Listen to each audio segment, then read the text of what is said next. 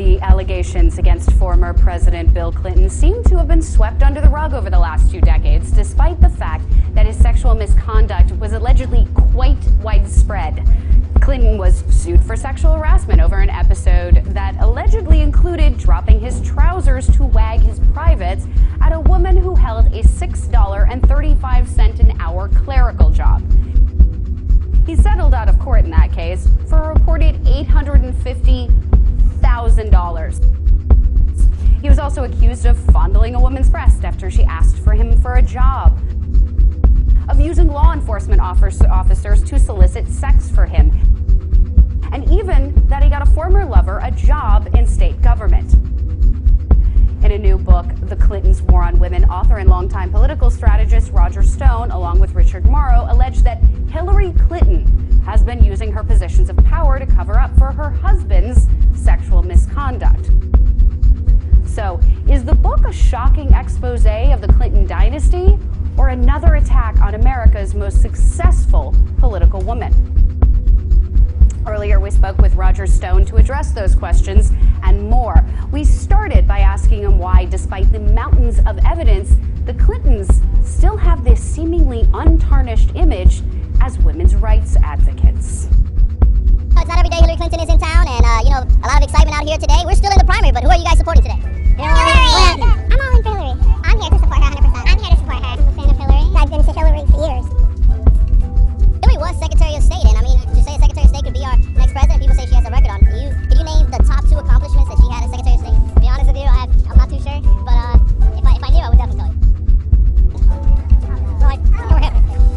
We want to hear both sides. What was the phone? I think the best thing that she did was improve women's rights in the Middle East, and the worst thing she did was Benghazi.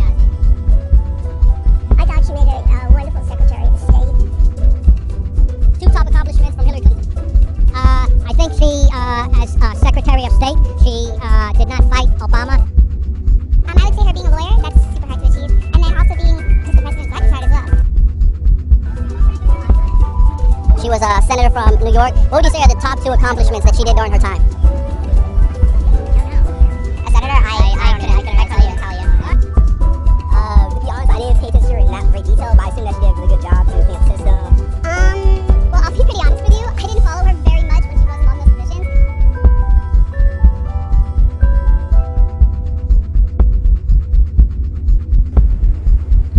Well, I think largely because, as I establish in the book, Hillary Clinton has run a very effective cover-up operation, intimidating and terrorizing those women who you don't know about, who might come forward and tell how they were abused at the hands first of Bill, who abuses them physically, and then Hillary, who abuses them psychologically.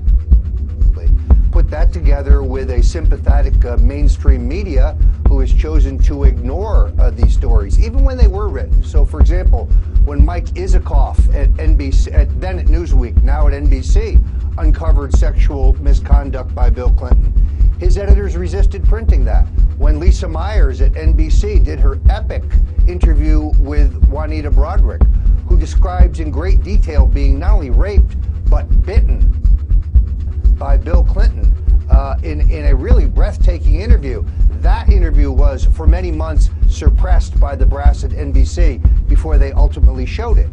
So I think that in many ways the mainstream media has been a handmaiden in the cover-up of what Joanne Vinoci, a feminist writing for the Boston Globe, called, Bill Cosby-like conduct by Bill Clinton. Well, and I think it's also a lot has to do with, it saddens me to say, but I think part of that had to do with the feminist movement at the time in the 90s. At the time he was president, even the National Organization of Women stayed somewhat silent. In 1998, in a 1998 Vanity Fair article, the then president of the Feminist Majority Foundation, Eleanor Sneal, had said this about being silent, said, "We're trying to think of the bigger picture. Think about what's best for women." Do you think in some way that this was a misguided attempt to sort of protect Hillary, who undoubtedly represents the kind of sort of tough, strong woman that, let's be honest, around the world sort of terrifies men. Do you think it's sort of this idea of we must protect her no matter what? Yeah, I think to a certain extent they don't want to criticize the personal conduct, the egregious personal conduct of those who are pushing their political agenda. I kind of believe that the Clintons should be held responsible. We're talking about physical violence against women. We're talking about physical violence against witnesses. For example, Gary Johnson, the next door neighbor to Gennifer Flowers, who inadvertently got security tape on a security camera he had of Bill coming and going from Jennifer's apartment. He was savagely beaten by Arkansas State troopers.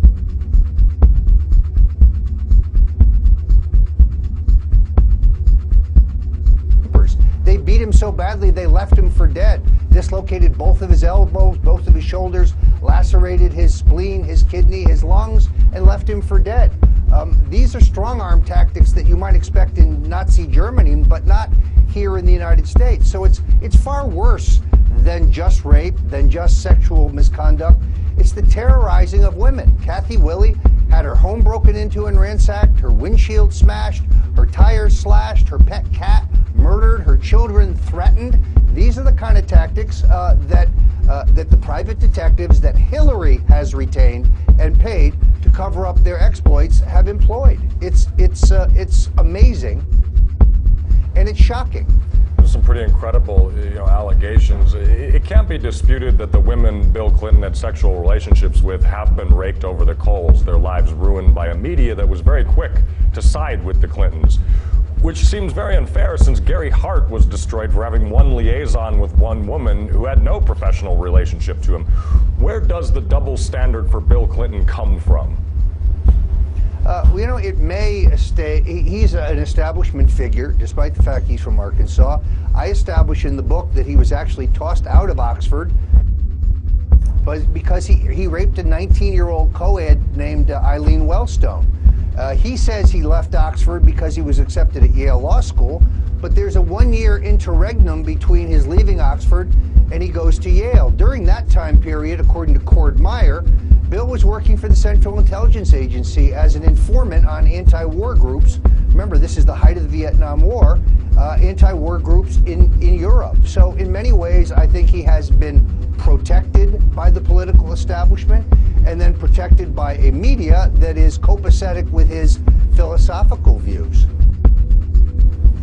Now, Roger, reading your book, I have to say I did go into it a little concerned about the idea, because while I don't agree with Hillary's politics generally, and I have a lot of criticism of her, it makes me nervous when women are attacked for being women, and I think she does have to deal with that. So as a feminist and as a generally outspoken woman who has a tendency to ruffle feathers and get a lot of backlash for it, I have to ask you, why did you choose to focus on Hillary, the woman who, stood by her man, instead of the man who perpetrated the misconduct in the first place? And I have to wonder why now? Just, where your thoughts are. Why now? Because, of course, the timing seems opportunistic, because Hillary is just kind of seems like she's finally coming out from behind the shadow of her husband's misconduct. So I wonder, why now?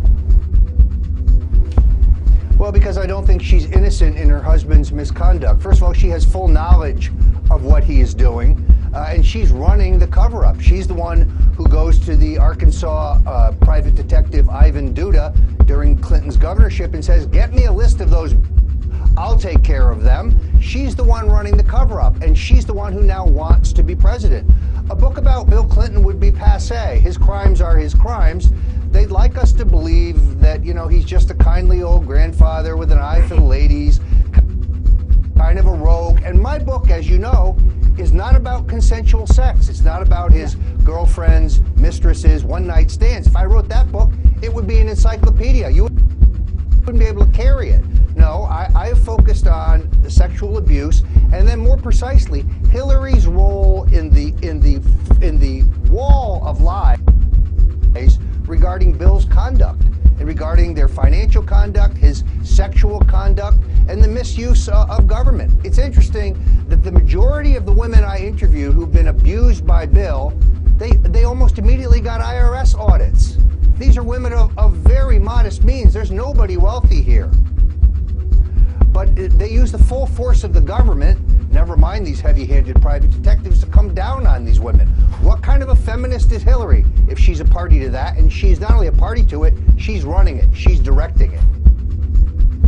Yeah, I will say that the one thing that struck me, because the way that your book was portrayed by a lot of the media was that it was this, his scandalous affairs. And it wasn't. We're talking about, for the most part, women whose lives were absolutely destroyed, who to this day can't have a normal life because of what was done to them. And it's hard to believe that out of that long breadth, this list upon list upon list of women, that they're all making it up. So I will give you the credit that this definitely wasn't just, your typical, like you said, the list would go on and on. Be a much larger book if we just talked about the women that Bill dated on the side. So and less interested. Look, we know that he has a sexual addiction.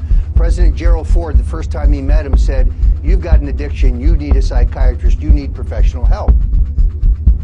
This book isn't about this. This book is about illegal activities that speak to the sham marriage, the dysfunctionality of the Clinton marriage, and the fact that they're in it for power and money. They're not really liberals. They're not progressives. They're crony capitalists.